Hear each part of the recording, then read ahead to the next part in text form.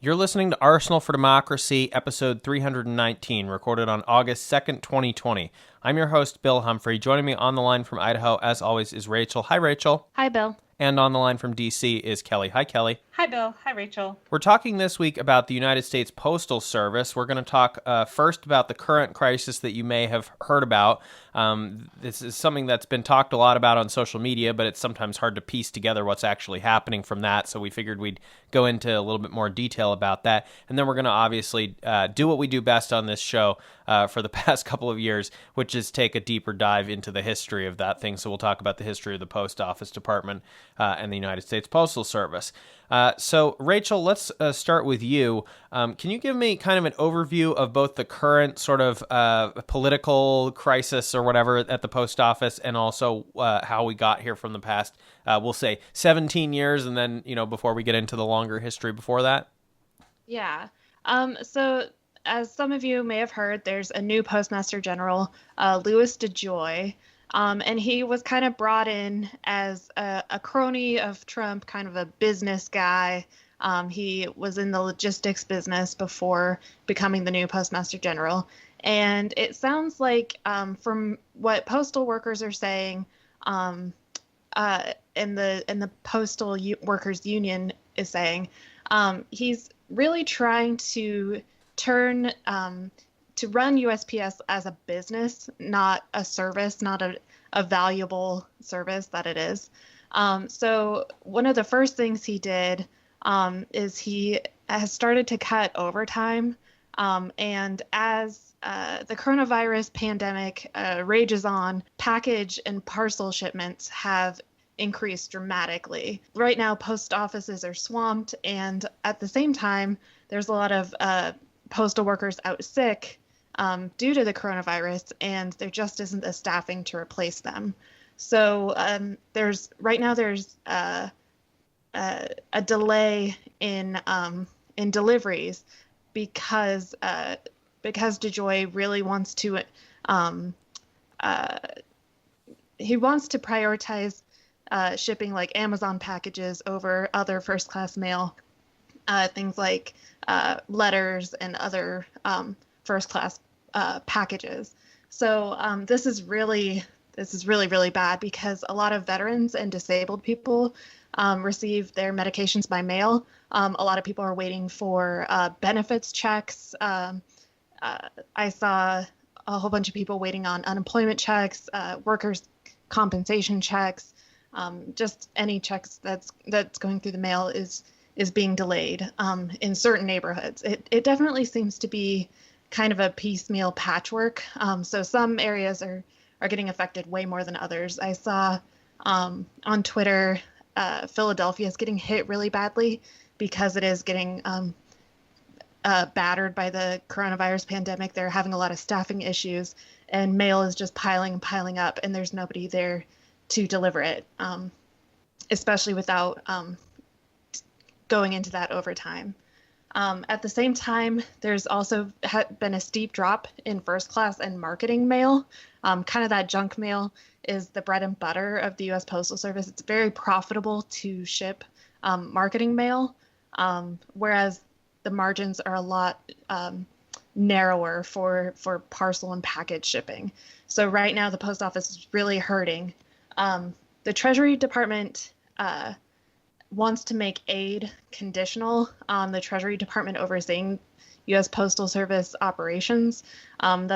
That's obviously not what the USPS wants. So there's also that aspect of other state agent or other federal agencies trying to kind of take over operations and holding that aid hostage. Another thing that's been highly publicized is delaying first-class mail that arrives late to distribution centers if it's going to make carriers late on their routes. That's something that has never been emphasized in the U.S. Postal Service. And also, he's been trying to reduce carriers' park points. This is where carriers park their trucks and hand deliver mail for several blocks before returning to their truck. It's kind of that iconic U.S. Postal Service like picture of mail carriers, and also that's the point where mail carriers interact with their communities. Um, People see their mail carriers carrying the mail by hand. It's kind of a picture of Americana, and also this doesn't really make sense in neighborhoods where the mailboxes are like on the house or a mail slot rather than at the end of a driveway. It seems more efficient to just park the truck and walk the mail to those houses rather than drive like 10, 12 feet, park it, walk the mail up, walk back, so on and so forth. So that's something that's really scary now. And a lot of people are talking about November when a lot of people are going to be requesting mail-in ballots. So there's a deep concern that mail-in ballots are going to be deprioritized. And so people will be trying to mail them to their elections offices, and they just won't make it in time to be counted in elections. There's been a lot of, I guess, like propaganda coming from Trump saying that there's high potential for elections fraud coming from these mail-in ballots that just doesn't bear out in reality. So I think he's just trying to sow a lot of confusion and a lot of panic around mailing in ballots and kind of delegitimizing the process of mailing in ballots. And this isn't the first that we've heard of the post office being under attack. Some of you may be aware of the Postal Accountability and Enhancement Act of 2006. It was approved by a voice vote during the lame duck session of the 109th Congress and signed into law in December of 2006.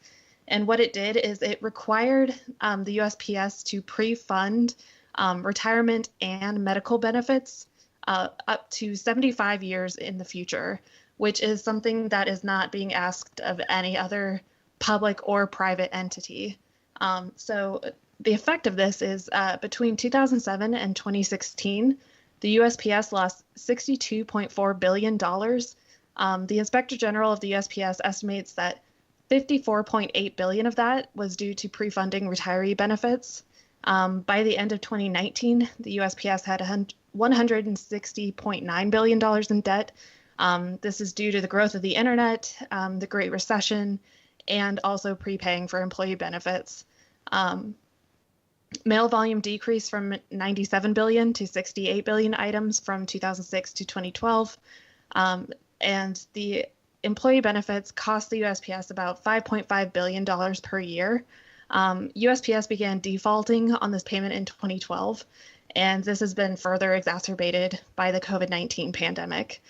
So due to that decreased marketing mail and first-class mail happening. The Institute for Policy Studies published a paper in July 15th, 2019, How Congress Manufactured a Postal Crisis and How to Fix It, where they kind of talk about their suggestions for fixing this manufactured crisis.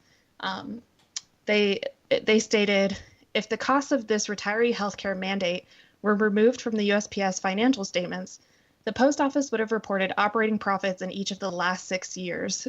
So the last 6 years prior to 2019. This extraordinary mandate created a financial quote-unquote crisis that has been used to justify harmful service cuts and even calls for postal privatization. Additional cuts in service and privatization would be devastating for millions of postal workers and customers. So they recommend 4 things. They recommend repealing this pre-funding mandate and to allow USPS to use accumulated post-retirement reserves to fund future pay-as-you-go costs. 2, adopt generally accepted accounting principles for determining USPS liabilities. They are now required to calculate this retiree benefit based on the assumption that all current postal workers will be working there until retirement age, which just doesn't happen.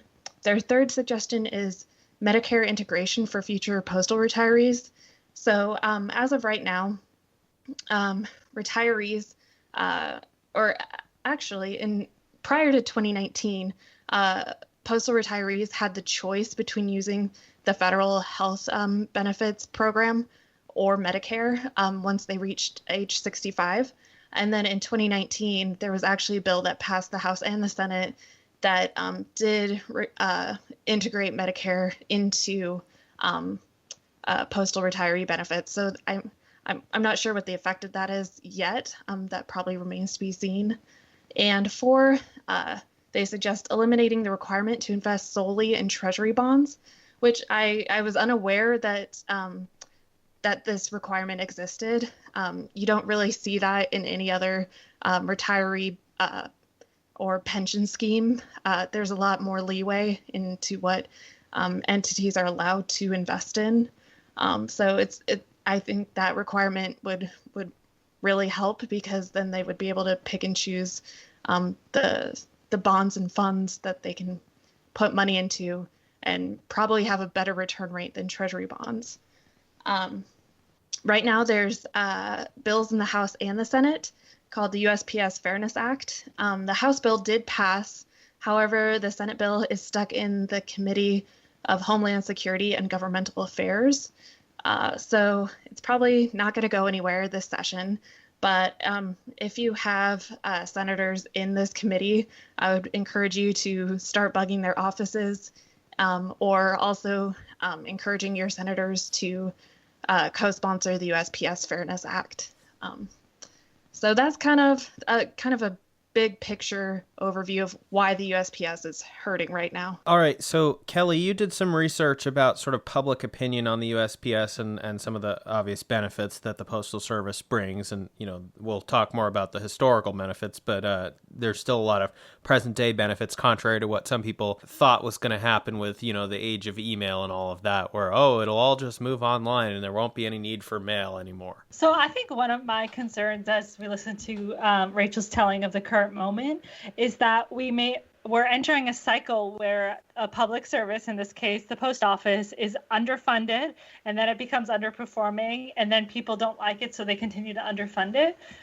The post office up until now has been fairly successful in avoiding that sort of cycle. And as of April this year, about 91% of Americans had a favorable opinion of the Postal Service. And that's according to a Pew Research poll. That the next sort of highest scoring, most favorable opinion government institution is the CDC, which at the time had a 79% favorable rating.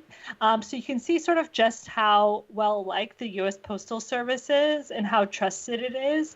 And it's worth noting that most Americans sort of interact with the Post Service way more frequently than most other government institutions, and sort of continue to have a high favorability rating for a lot of the reasons that Rachel mentioned earlier.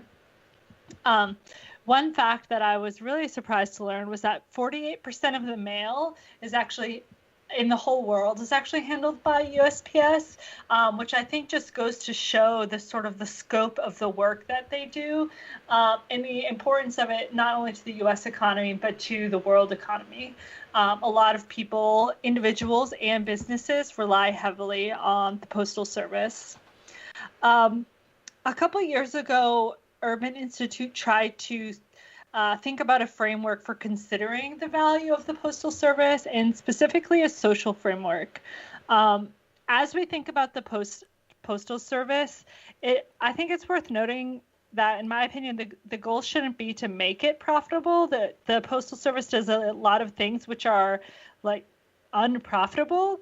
And the reason they do that is in service to democracy, essentially, as we'll get into a little bit later with the history. But the country really needs a well-functioning communication network. And while many communities and most people in the U.S. now are plugged into the internet, not everyone is, and not everyone wants to be. And it remains an important way for the country, for the government to be able to reach its citizens. I mean, you think about the vote by mail that Rachel mentioned, you think about the census, all of that relies really heavily on the Postal Service and has a value far beyond economics and profitability. And so Urban Institute went about trying to sort of list all of the ways in which the Postal Service has social value. And a lot of them you can sort of guess at. There's there's a lot of commercial benefits as far as giving people access to goods, across the country and across the world. There's commercial benefits in terms of the advertisements that businesses can send via mail. There are commercial benefits just as far as setting baseline pricing. And the USPS also does a lot of that sort of last mile delivery service for UPS and FedEx. So UPS can make a profit bringing it to a certain point, but after that, it's no longer profitable for them. And in some of those more rural settings, they hand it over to USPS to sort of take it the last leg of the trip. But there are also a number of things that I was surprised to learn about USPS. One is its roles in responding to disasters. And Urban Institute writes, USPS is a leader in responding to disasters. Its address base enables government and other responders to find people. E.g. FEMA and the American Red Cross used the database after Katrina. USPS is a logistics company, more action-oriented than other federal agencies, and is accustomed to delivering every day. In fact, USPS is also often the first sort of interaction that people have with the government after a disaster. USPS also has an important role in reaching out to the blind and the disabled. The blind and the disabled can get reading materials delivered for free. They also deliver medical supplies and medication to people who cannot safely leave their home. I think in our current moment, we see that now more than ever. People who are immunocompromised or live with people who are immunocompromised or have any other sort of number of conditions or concerns about the current moment, use the mail to get all sorts of necessary things delivered, whether it be food or toilet paper or medication. And so this has become an increasingly important network in our current moment. The last thing that I wanted to mention is just what a big employer USPS is. How many jobs that USPS has in those sort of the friendly neighborhood folks that are delivering your mail. They're in every neighborhood across the country, and USPS continues to be a huge employer, especially of minorities. And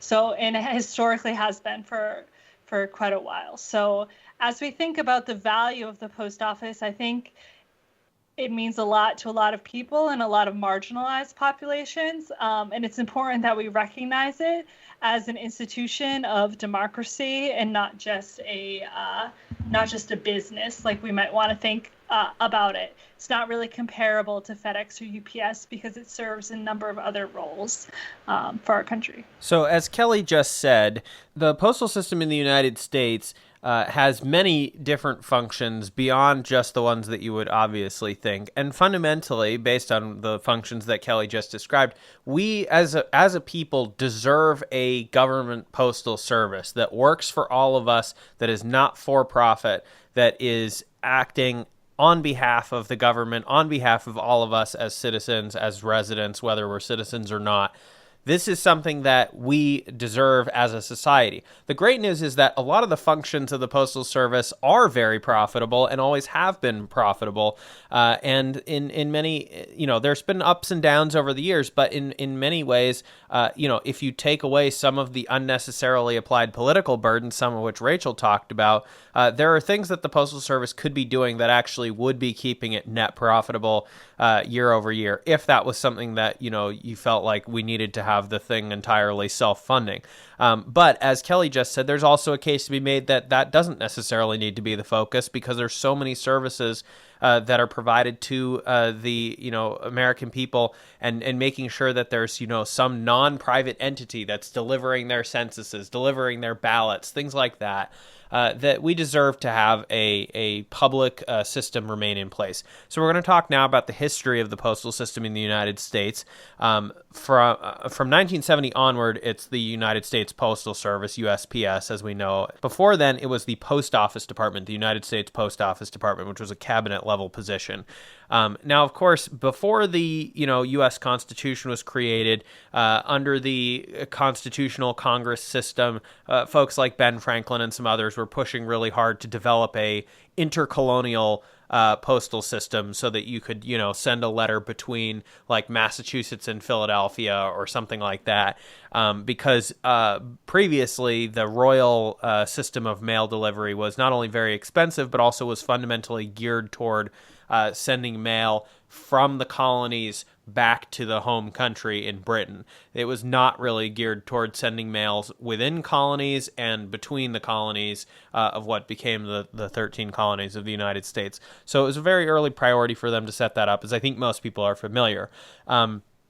But when the Constitution rolls around, Article 1, Section 8 includes that the Congress shall have power to establish post offices and post roads. And this ends up becoming pretty critically important for the development of the United States as a whole, which I guess is going to get a little bit controversial here in terms of some of the stuff about the post office that's not so great.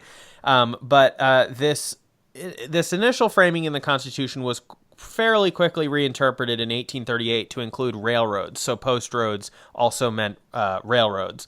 And this allowed the federal government to justify providing financial support and incentives for building railroads, including eventually in the 1860s, the transcontinental lines. The Pacific Railroad Act of July 1862 was an act to aid in the construction of a railroad and telegraph line from the Missouri River to the Pacific Ocean and to secure to the government the use of the same for postal, military, and other purposes. This was intended largely to replace the seaborne mail service that went to either side of what's now the country of Panama, at the time just the Isthmus of Panama, within Colombia. There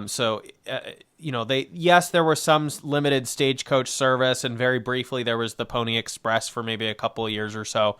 But those were really not the way you would send mail to someplace like California. And remember, there was a period such as the 1860s when this act was passed where almost no one from the United States, we're not talking about indigenous people here for the moment, almost no one from the United States lived in the sort of middle area of the country between the Missouri River and the Pacific coast. People had jumped across that and started settling in places like California, Oregon, Nevada, and that sort of thing.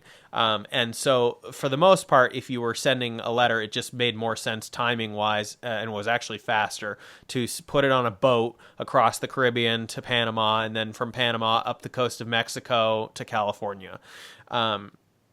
So the Transcontinental Railroad was intended to replace that. But as it says, with the building these railroads for the postal, military, and other purposes, you can see that the Postal Service also had some sort of darker functions within the context of the early United States.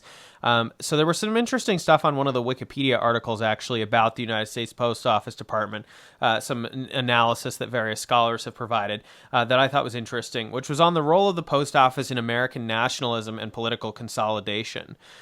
So in terms of its nationalist functions, mail service connected non-elites, just ordinary people, over long distances for the first time, or at least allowed them to stay in touch, right? So if someone moved away from you in, Massachusetts to Ohio or to Illinois or to, Wisconsin or the Dakotas, you could stay in touch. They didn't just disappear from your life because we had this mail service.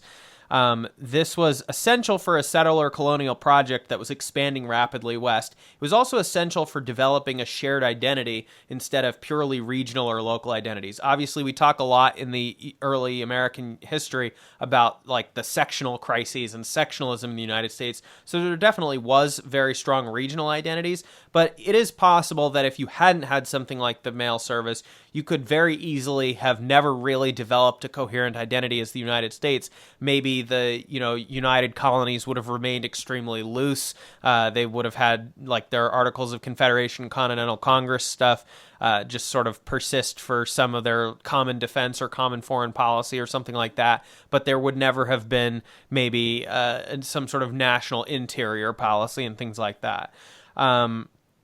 Mail service was instrumental in facilitating the propaganda of the frontier life and appeals and advertising for people to move there or invest there, as well as keeping those people who moved there supplied with merchant goods at a relatively low cost, which is obviously something that the Postal Service still does today, but it was particularly important at the time. Mail service also facilitated military control between the frontier and the periphery, as well as along the frontier over large geographical areas, particularly before the advent of telegraphs. So you can see that the mail service in the United States originally went pretty hand in glove with the sort of military project against the indigenous peoples. These days, of course, that's not the goal of the Postal Service, and you get some really interesting tidbits about the Postal Service, like how there's still a mule-delivered mail service in a very remote and inaccessible place to a Native American reservation.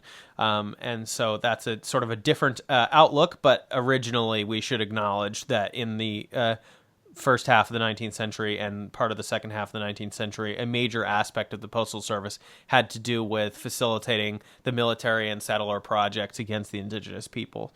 And in terms of political consolidation, this one is something that's also really interesting to my mind. Party identity could be formed within and across the American sections with the rise of so-called national newspapers that could be delivered over long distances by mail services, and political parties could support themselves by controlling the patronage jobs of the federal postal employees. Now, of course, in 1883, after the assassination of the president by a disgruntled person that had wanted a patronage job, the Pendleton Act was adopted that eliminated most of the federal patronage system. We're talking thousands of jobs. We're talking the vast majority of all federal jobs at that point, because the federal government was still pretty small, even in the late 19th century. The vast majority of those jobs were postal jobs.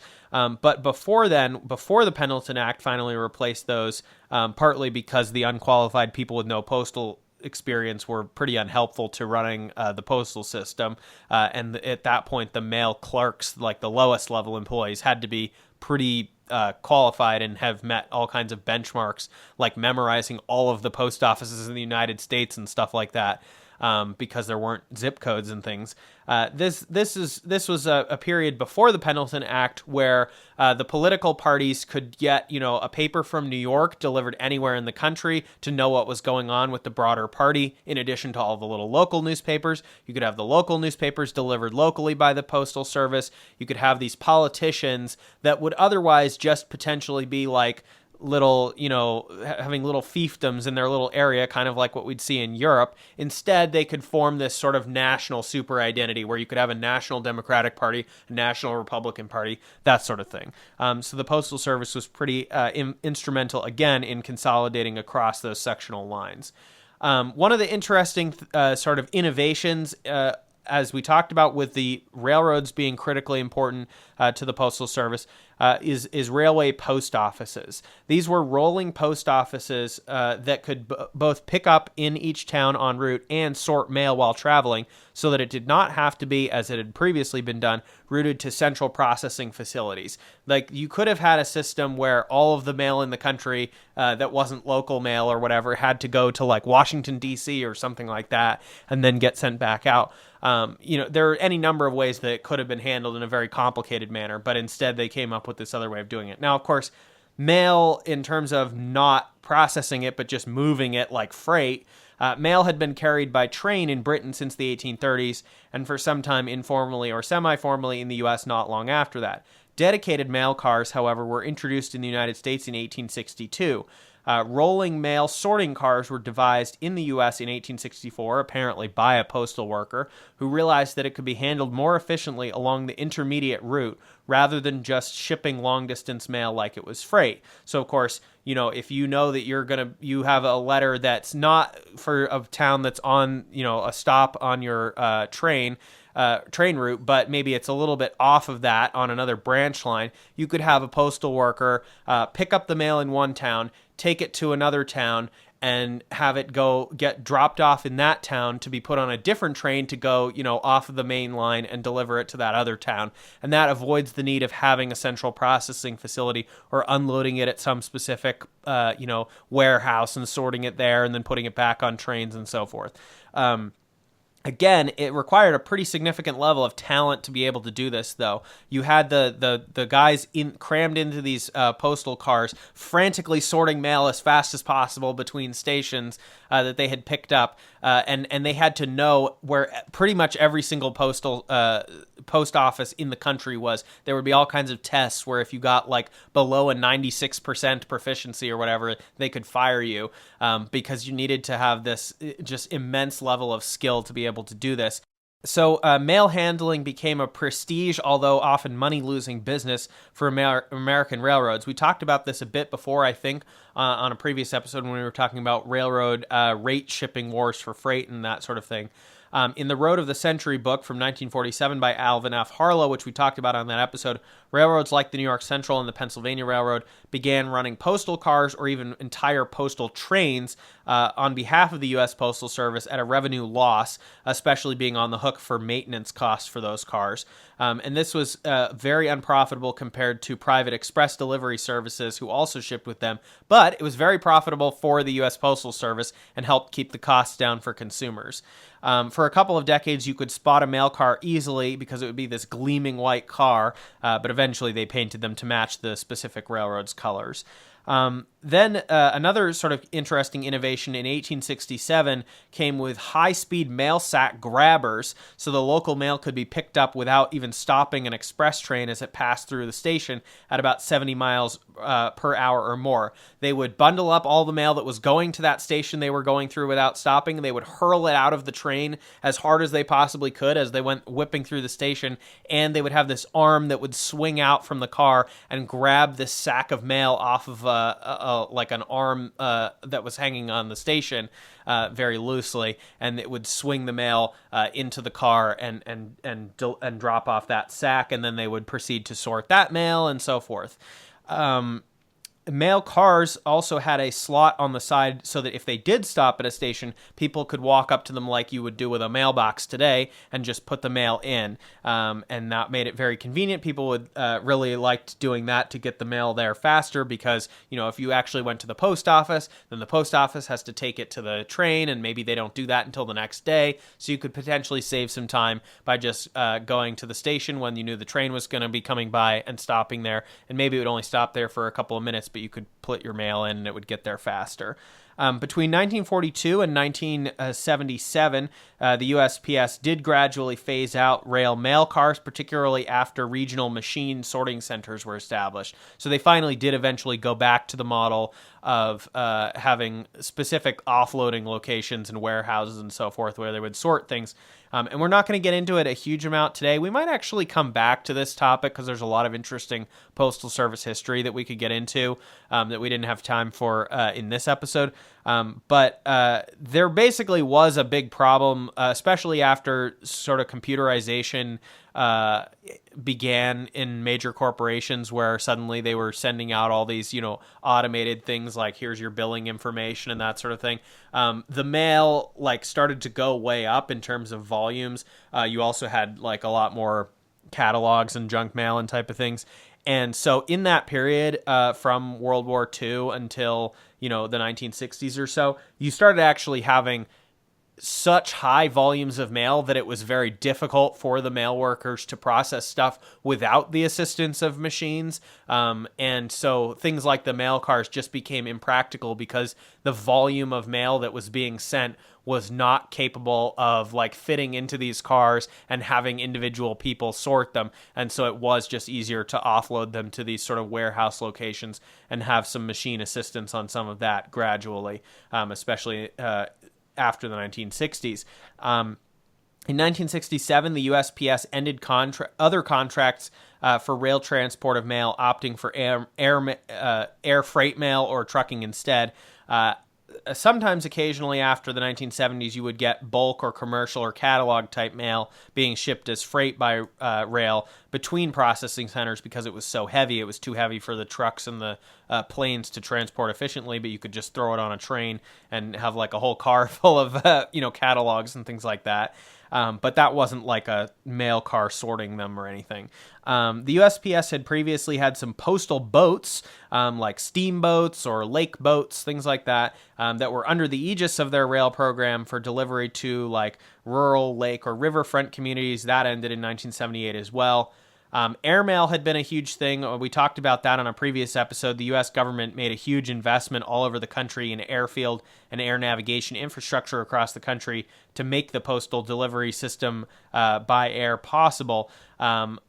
That was sort of an interesting system when they took it over in 1918 from the Army, and they got various, veteran pilots from World War I to come fly these things. They would, similarly to like hurling the mail out of a train car as it went through at 70 miles an hour, they would fly over a little town and drop a sack of mail sometimes. That was, often not, I mean, it's not necessarily the most efficient way of doing it, but in some cases it was maybe more accessible to do it that way.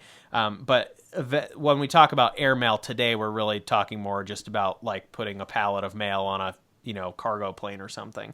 There also, obviously, another historical feature that a lot of people have heard of, which we're not going to go into a whole lot today, the Comstock laws of 1873. And some of the previous laws of the late 1860s, those were like anti-obscenity laws where you start to regulate and restrict what can be sent through the Postal Service, including, unfortunately, there had been a period at the beginning of the Second Industrial Revolution, or even before then, when you could advertise mail order like abortion pills, basically. Those something that was relatively popular in the cities especially, but I'm sure also in rural areas. And the real, these guys that didn't want that and thought that was morally improper or whatever, started to ban all of those things, and even information on sexual health and sex education materials for a long time could not be sent through the mail. And this was an impediment not just to single people, but also to married couples, and was a huge problem for many decades. So that's something that you can look up more on if you want to learn more about that. Some of this stuff that we got was actually from the official 2020 history of the United States Postal Service and the Post Office Department. I don't know if this is something they release every year or if it was just something they happened to release this year, but this was pretty interesting. Kelley and I read through a lot of it. It's I think about 147 pages long or so, but it just has all these amazing anecdotes in it. And as usual, we'll have this and other links that we've talked about today up at arsenalfordemocracy.com, as always, when the episode goes up. But just a few more historical things to try to highlight some of the sort of benefits and innovations brought by the postal system in the United States. So doorstep delivery in cities with high, i.e. profitable volumes of local mail began in 1863 after it had been demonstrated in Britain that free doorstep delivery actually encouraged higher usage of the postal system and thus generated more revenues than it cost to provide delivery beyond the post office. Previously, people had to go to the post office to pick up their mail. Also at the time, in 1863, Union soldiers, not having postage on the front lines, were sending mail to be paid upon delivery by the recipient. This was a temporary measure that had been allowed, and you needed people to go to the post office to pick it up in order to pay for it, or you could have the mail person go to their house and get the postage there. Mailboxes at home, however, did not arise until 1912, so mail carriers had to circle back repeatedly until someone was actually home before they could deliver if nobody was home. I'm sure that, if you were in a community where you had a stay-at-home parent, usually the mother, who was always at home, that was probably less of a concern. But if you were in an area that, probably, I'm guessing, like urban tenements where everyone went to work at the factory during the day or something, maybe there wouldn't be somebody at home. So that could be a little inconvenient and inefficient. And they did all kinds of calculations and figured out how much time and money they were wasting on this. And they were like, why don't we just have secure mailboxes that the postal worker can drop stuff off at? Doorstep delivery after 1863 also included multiple deliveries per day, which I don't think happens at all today anymore, both to business districts and residential districts, but especially to business districts, because mail was time-sensitive for businesses. And we talked about in a previous episode how the Second Industrial Revolution featured the paperwork revolution, which had begun with the rise of cheap wood fiber manufactured paper and cheaper means of writing. And so all of a sudden you had way more commercial and business to business Christmas mail that was happening. You had to get urgent messages out and so forth. And I think other countries solved this by just having, like, if you read the Sherlock Holmes books, for the original Sherlock Holmes books, there's a lot of mentions of like, and then he sent a messenger boy running across the city to deliver this message.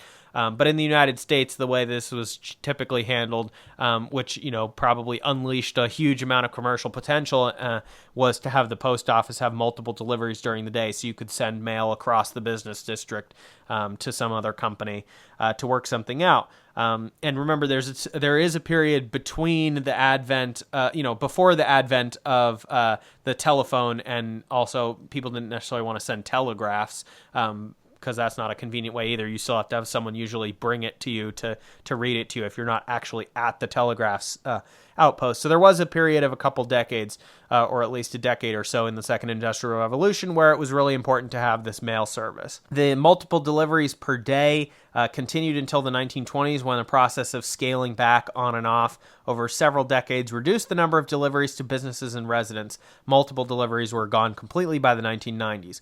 However, interestingly, and I think this is an interesting point of comparison, especially to today and what's going on now with the Postal Service, there was often public backlash to any attempt to cut service or deliveries, whether it was Saturday deliveries, whether it was the number of deliveries per day. And usually the backlash was so severe that often within a matter of days, you would have the president or Congress or both acting to try to remedy the situation and provide more resources or whatever the Postal Department needed to try to correct this. And that is not something that we're seeing today. We're not seeing the president or Congress jumping in to try to save the postal system.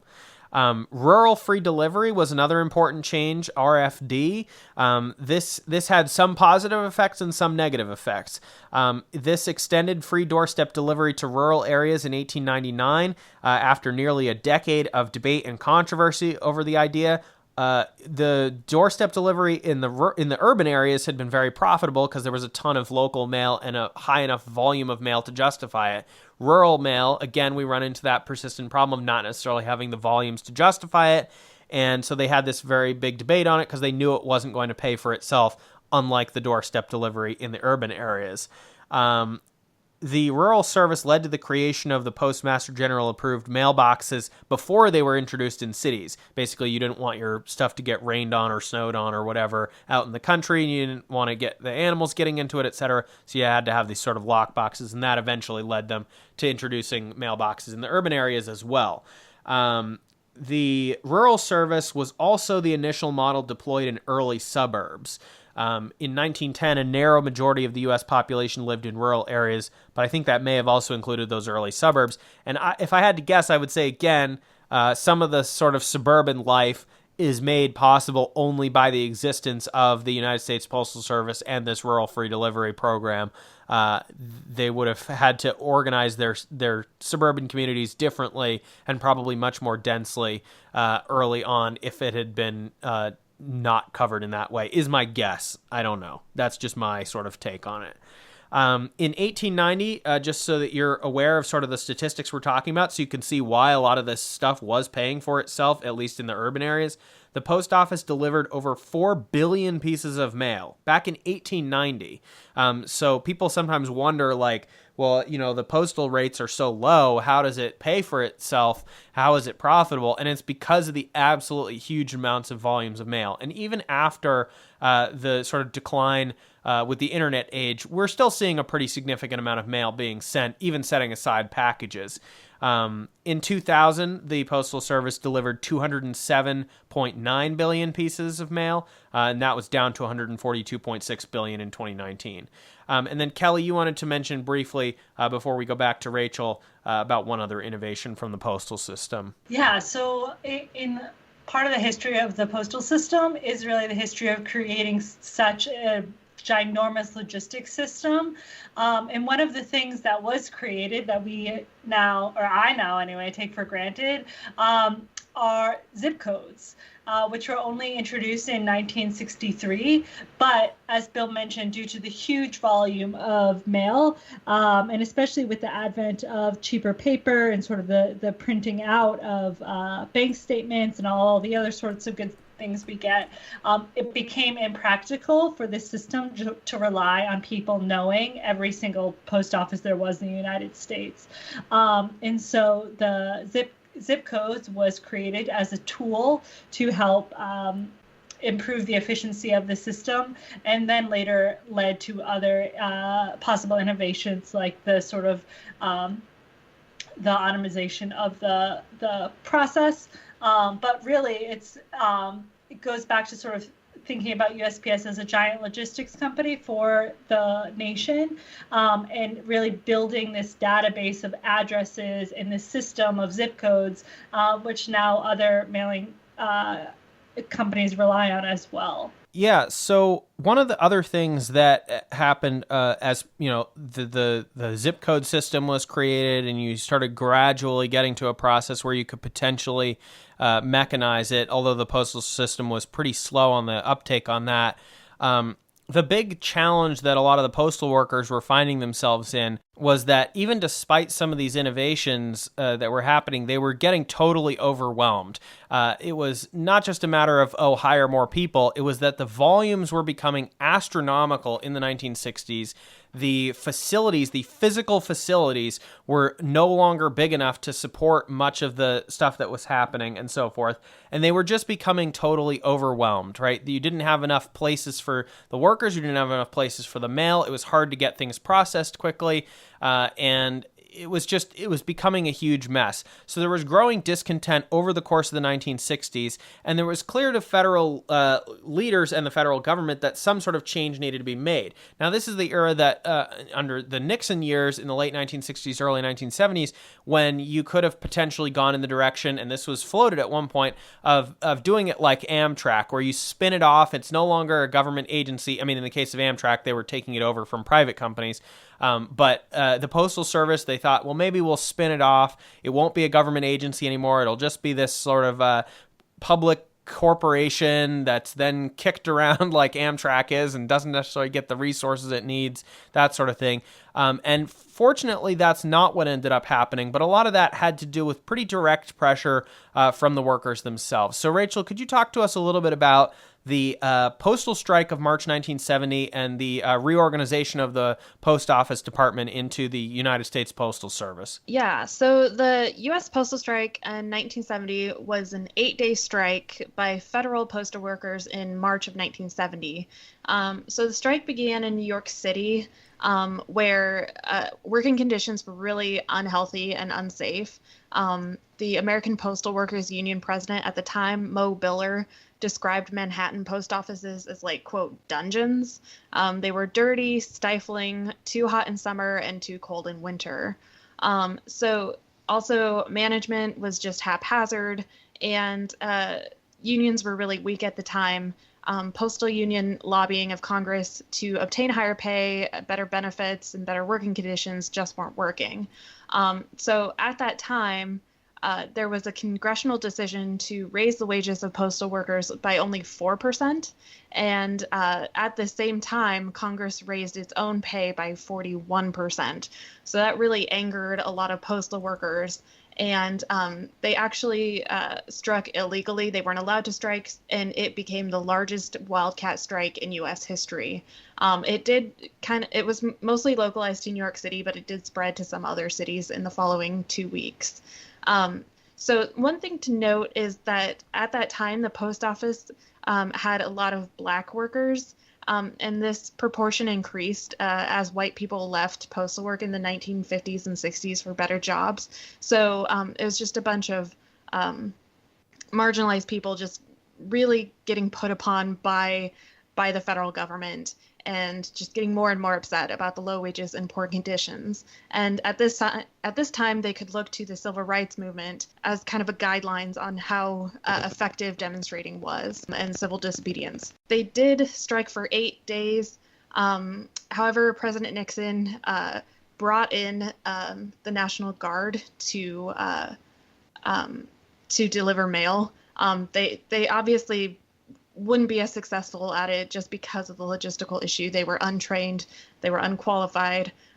However, after the strike ended, it did lead to the Postal Reorganization Act, and which did give collective bargaining rights to the postal unions. There were 4 major postal unions at the time: the National Association of Letter Carriers, the American Postal Workers Union, the National Postal Mail Handlers Union, and the National Rural Letter Carriers Association. So they won the right to negotiate on wages, benefits, and working conditions. However, they still were not allowed the right to strike. Also at this time, the United States Post Office Department was abolished. It was then part of the cabinet, as Bill mentioned earlier, and this act created the United States Postal Service, which is a corporation-like independent agency, and it has an official monopoly on the delivery of mail in the United States. So this really ties in to what we've been talking about in the past few weeks about monopolies. So they actually are an actual public monopoly on the delivery of mail. This act was signed into law by President Nixon on August 12th, 1970. So the strike, while it was short in duration, it did actually affect a lot of change at the time. Now, one of the other topics that we've talked about previously on Arsenal for Democracy is about postal banking. And we had done episodes about that in August 2014 and in November of 2017. And so we don't need to go into a huge amount of detail, but we should at least briefly talk about that before we wrap up today.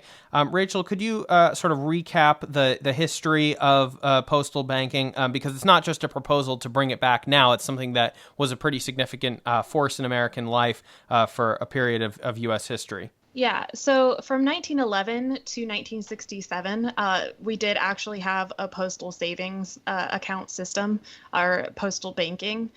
It was enacted by President Taft, and it was started to help immigrants who were used to postal savings accounts in their home countries. At the time, banks weren't backed by the government, so it was also for people who didn't have faith in the banks. And also, it just provided a really convenient place for working people to deposit their money. So at the time, the minimum deposit was $1, and the maximum balance of the savings account was $500, excluding interest. At first, deposits were slow, but by 1929, $150 million were deposited in these savings accounts. Savings spurted to $1.2 billion during the 1930s, and then again during World War II. At their peak in 1947, there was almost $3.4 billion in these savings accounts. On April 27th, 1966, the Post Office Department stopped accepting deposits to existing accounts, refused to open new accounts, and cut off interest payments as the annual anniversary date of existing accounts came up. The system ended officially on July 1st, 1967, and there were about $50 million in unclaimed deposits that got turned over to the U.S. Treasury Department to be held in trust indefinitely. So I thought that was pretty interesting. All right. Rachel, your final thoughts? I think, as we've talked about monopolies in these past few weeks, I think it's really good to see what a successful publicly run monopoly looks like, and how just popular it is and how cost effective it is. So I think it would be really dangerous to try to privatize it, which is what people on the right are attempting to do right now. So I think people just really need to express their support for the USPS. Kelley, your final thoughts? Yeah, similar to Rachel, I'm just thinking about how there's always room for improvement, right? But generally, the post office has remained pretty flexible in personalizing the services to whatever community they're serving. People like them. They do what they're supposed to do. And it would be a real shame if we undermined that public trust in the service it provides to all sorts of communities across the country by underfunding them and continuing to expect them to be funding their retirement system 75 years out. Kelley, thank you so much for being on the show this week. Thanks for having me, Bill. And Rachel, thank you for being on the show as well. Thanks, Bill.